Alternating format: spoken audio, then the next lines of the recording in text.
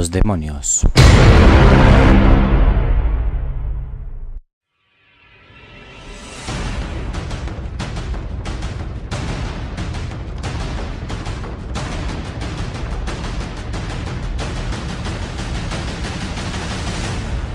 Now that you're sitting comfortably, I shall begin.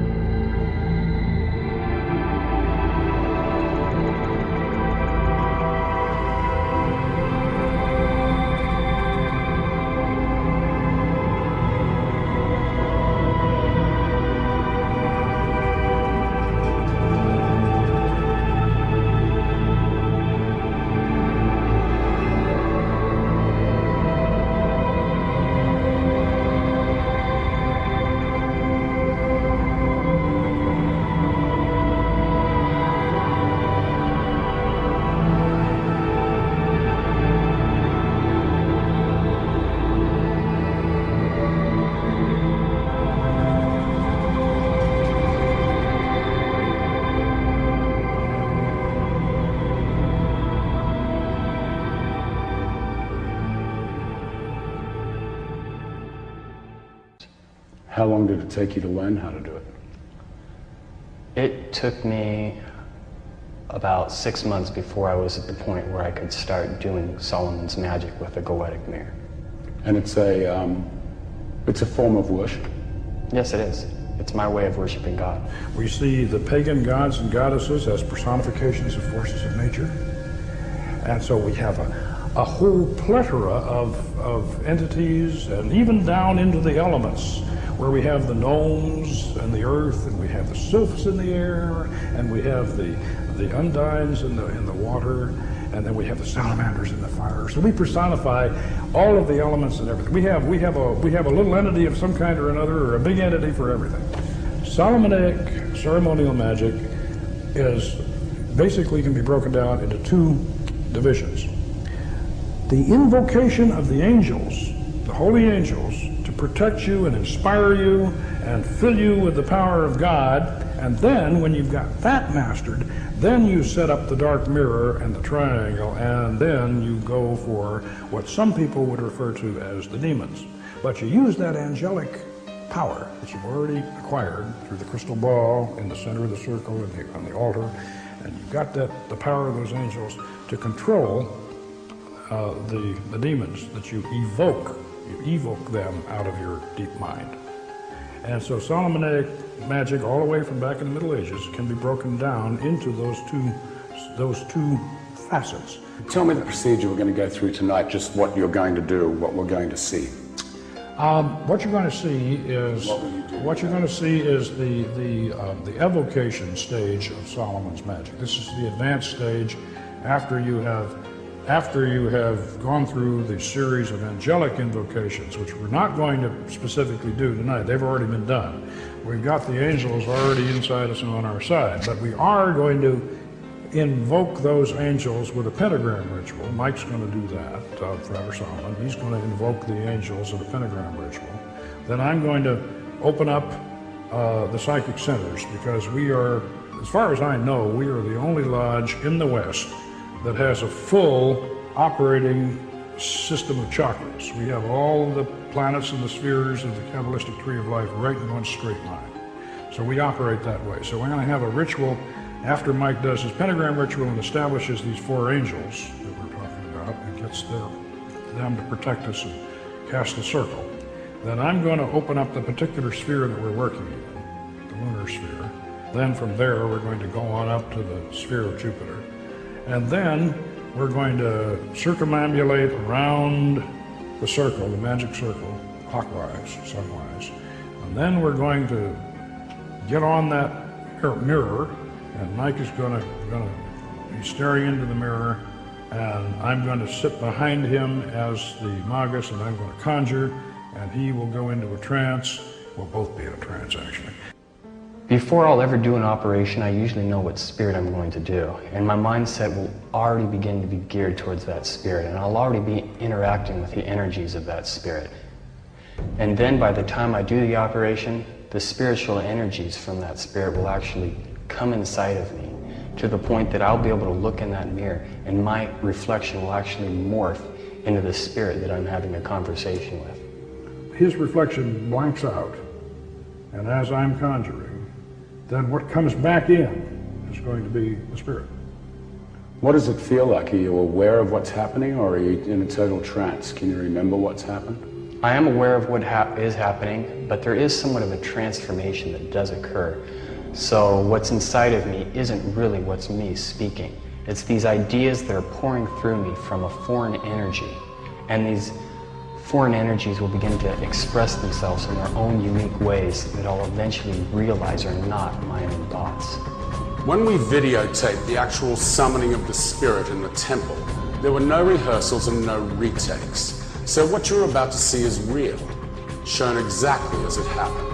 And in my professional opinion, it's one of the most remarkable documentations of a supernatural event ever recorded. It lies in the Book of Spells.